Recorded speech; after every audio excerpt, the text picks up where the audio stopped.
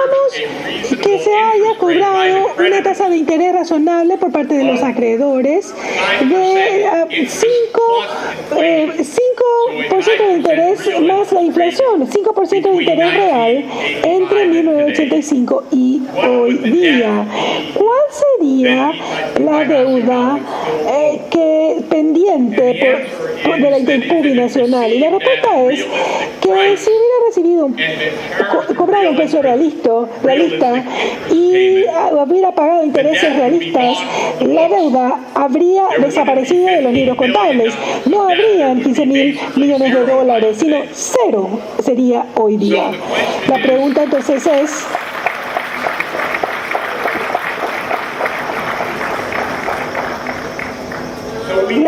hemos tratado de comprender en tanto detalle como fue posible, como agentes externos, qué es lo que está ocurriendo. Y parece ser que ambos problemas, de hecho, están operando. Por un lado, el precio de venta de la electricidad de Itaipu Binacional a los compradores. Ahora, ¿quiénes son los compradores? 90% lo compra Brasil, 10% compra Paraguay. Este precio ha sido bastante bajo por varios años, por lo cual la compañía no está recibiendo ingresos suficientes. Al mismo tiempo, las tasas de interés pagadas por parte de Itaipu Binacional a sus acreedores parece ser extraordinariamente alta, a veces absolutamente más allá de la inflación, incluso aproximadamente más 10 puntos porcentuales, fenomenalmente alto. Quiere decir que los problemas están posiblemente operando en ambas direcciones: un precio que es demasiado bajo y unos costos de interés que son demasiado altos. El resultado es que, si bien cada año una gran cantidad de electricidad es vendida por esta compañía, la compañía nunca pudo superar su deuda. Ha acumulado deuda más que reducir su deuda por un periodo largo de tiempo, y solamente en los últimos años los niveles de deuda han comenzado a descender. Aún más allá de 25 años de venta de electricidad, tiene una deuda tan importante en sus libros contables. Ahora, existen muchos misterios que no hemos podido resolver en nuestro análisis, porque han habido varios eventos monetarios complicados que han ocurrido en la región en el transcurso de este tiempo. El Brasil y la Argentina han hecho todo lo que se puede hacer al dinero que se puede hacer, todo lo que se puede hacer en el mundo. Inventaron dinero, distribuyeron dinero, hiperinflaron el dinero, convirtieron el dinero, las monedas. Es impresionante. Yo siempre digo,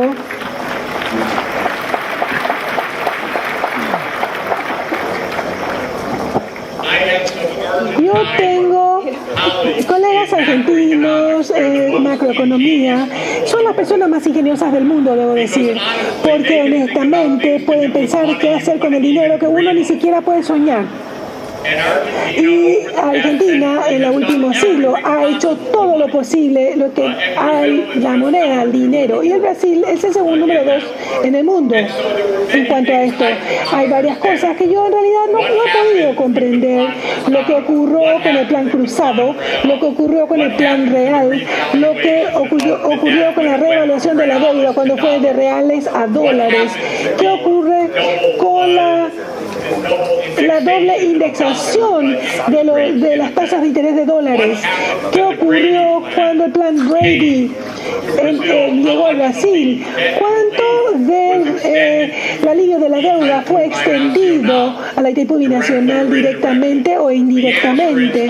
La respuesta es que yo no sé las respuestas a estas preguntas que recién he mencionado, porque no pude descifrar con el nivel de datos que hemos tenido acceso. Pero lo que yo sí he podido hacer es decir que si esto hubiera sido normal, no hubiera habido 15.000 millones de dólares de deuda pendiente. Ahora, ¿por qué es esto importante para el Paraguay? Piensen que ¿en qué ocurriría si en lugar de tener 15.000 millones de dólares de deuda en los libros no existiera esta deuda hoy día? Ahora, no es seguro qué es lo que hubiera ocurrido si la deuda, digamos, mágicamente sea borrada, lo cual no va a ocurrir. No va a ocurrir, no va a haber ninguna magia. Pero si hiciéramos el experimento del pensamiento, ¿qué ocurriría? Una perspectiva a la cual yo me adheriría es decir que tanto Brasil como Paraguay continuarían pagando el mismo precio por la electricidad de la Itaipu Binacional, pero en lugar de que el dinero se utilice para pagar a los acreedores, este dinero iría a ambos países como royalties y pagos de compensación. Por lo cual, en lugar de pagos de interés, Paraguay recibiría más dinero como pagos de royalties y pagos de compensación. Entonces, en mi opinión, esto no es solamente de interés académico de por qué la deuda sigue presente, sino que el flujo de dinero a Itaipu permaneciera como está hoy, este dinero iría a los propietarios en lugar de ir a los acreedores como ocurre hoy día. Esta es la forma en que debería esto ser manejado, reducir los pagos de interés, si esto es lo que sugieren los registros históricos, aumentar los pagos de vuelta al gobierno. Por supuesto, existe otra posibilidad, la cual es que si los costos de interés bajaran, la Itaipu Binacional podría vender esta electricidad a precios más bajos a ambas partes. Si esa fuera la decisión a ser tomada, los beneficios del Paraguay no serían tan maravillosos porque la mayor parte de la electricidad se vende a Brasil y simplemente ellos estarían comprando energía barata en lugar de que el Paraguay reciba dinero. Pues cualquiera fuera el resultado, debe ser negociado, no será un resultado automático. ¿Qué es lo que recomendamos en este estudio? Recomendamos la transparencia. Recomendamos no un resultado simbólico que dice cancelemos la deuda, porque no sabemos lo suficiente para decir eso, pero sí recomendamos una contabilidad profesional de qué es lo que ha ocurrido desde el principio del proyecto, realizado de una manera muy transparente para saber cuáles son los recargos de intereses y saber cuánto se ha pagado por la electricidad y tratar de entender, por ende, por qué la deuda ha evolucionado de la forma en que evolucionó.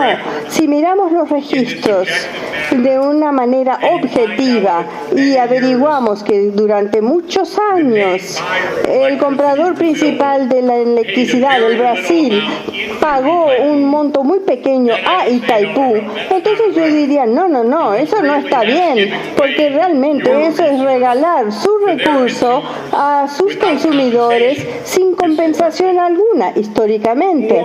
O si el problema es que Itaipu recibió un ingreso adecuado, pero está pagando recargos de intereses enormes, eso tampoco sería correcto, porque después de todo, ¿quiénes son los acreedores? Los acreedores es justamente Brasil, el Banco Central de Brasil y Electrobras. Y también hay un peligro moral en este caso. Cuando un socio nada más tiene el interés en elevar el interés para que el dinero no vuelva a los gobiernos, sino al acreedor, que es justamente uno de los dos socios. Entonces, es por eso que también es importante verificar cuáles son las tasas de interés efectivas que se pagaron, cuáles fueron las revaluaciones de la deuda que se realizaron en ciertos momentos entre reales, cruzados, etcétera, etcétera. Y esta deuda es realmente en nivel realista o está en un nivel inflado debido a las tasas de interés tan altas. Entonces, mi esperanza es que el siguiente paso sea un análisis profesional de este tema. Todo lo que yo podría hacer con mi equipo es dar un tratamiento ilustrativo, indicativo, de que dice que realmente no parece haber algo que está correcto, algo acá no suma, algo no está bien, pero no pudimos solucionar este problema solos nosotros, porque no teníamos los libros contables frente a nosotros, no entendíamos algunos de los detalles de los cálculos que se habían realizado, y espero que Itaipú Binacional, que ambos gobiernos le pregunten a Itaipú Binacional, vamos a hacer un estudio contable, cuidadoso, público, transparente de la evolución de la deuda, explicando exactamente quién pagó qué, cuándo, cuánto y en qué términos. Y yo sugiero que las organizaciones internacionales pueden contribuir a este proceso para función de credibilidad y para darle también sugerencias adicionales al proceso. Y estas partes independientes podrían incluir el Fondo Monetario Internacional, por ejemplo, que por supuesto tiene pericia financiera. También podría incluir a las Naciones Unidas, porque yo podría ayudar eso actuando como asesor especial al secretario general Ban Ki-moon. Pero lo que yo espero es que se realice de una manera transparente y que se haga, no que sea algo que se diga políticamente, hey, no, eso es agua bajo el molino, no hagan nada al respecto, todo está ya fijado hasta 2023, no escuchen al Sachs, todo está bien.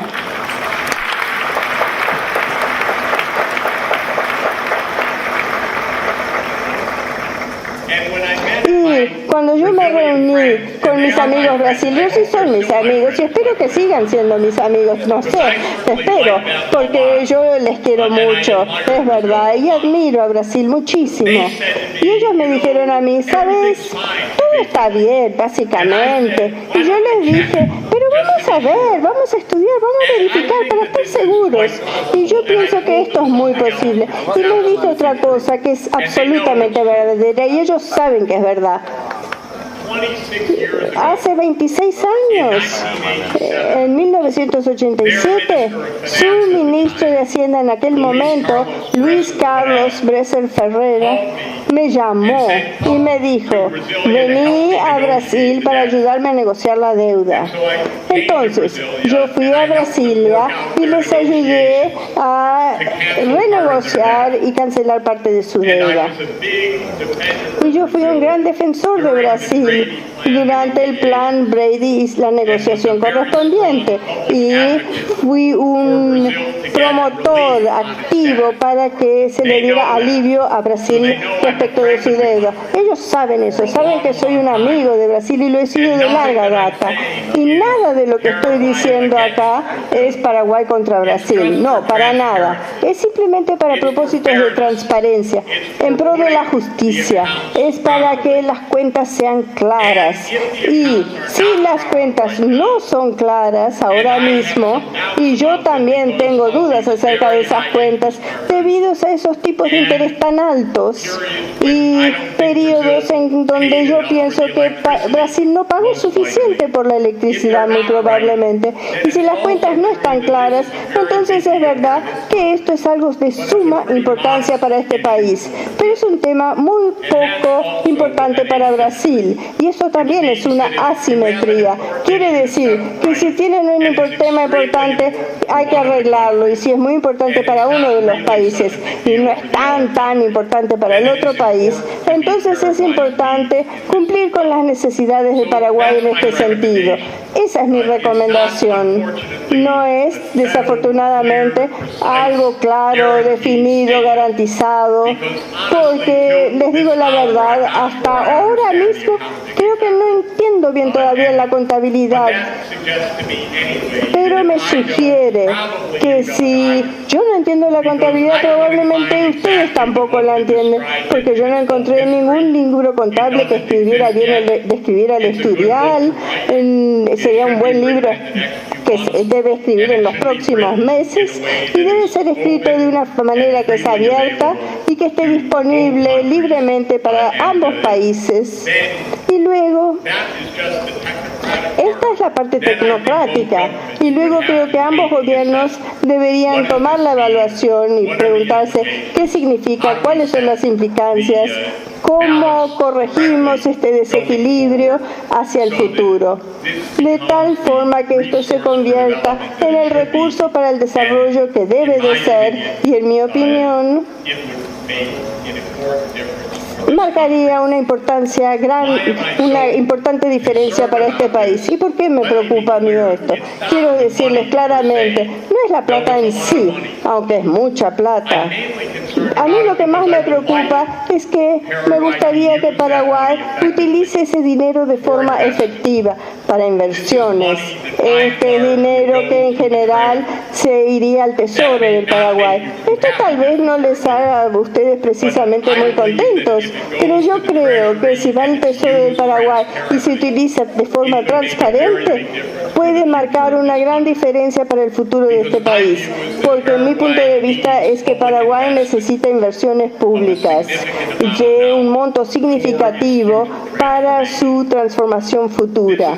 Este es un país en el que la ideología ha tendido a ser relativamente privado, del sector privado, y relativamente del mercado libre. Bueno, no realmente del mercado libre, pero lo digo en forma retórica, que el gobierno no hace demasiado, no grava muchos impuestos, no gasta mucho, y en mi punto de vista esto no es la perspectiva correcta para un desarrollo económico de largo plazo.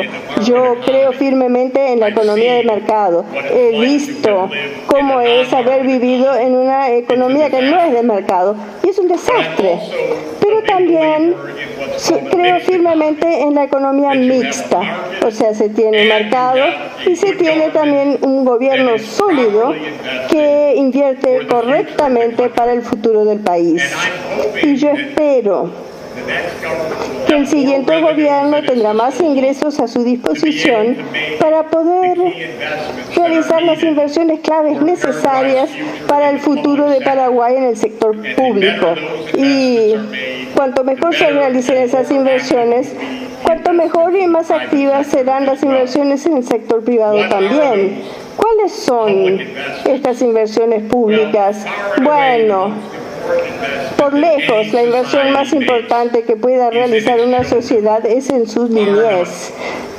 Más importante que todas las otras. Entonces, la meta más importante de cualquier sociedad es una educación sólida para la niñez. No hay país en el mundo, incluso los estados petrolíferos más ricos, para los cuales el recurso natural es más importante que el recurso humano. Entonces, Paraguay no tiene ahora mismo un sistema educativo fuerte.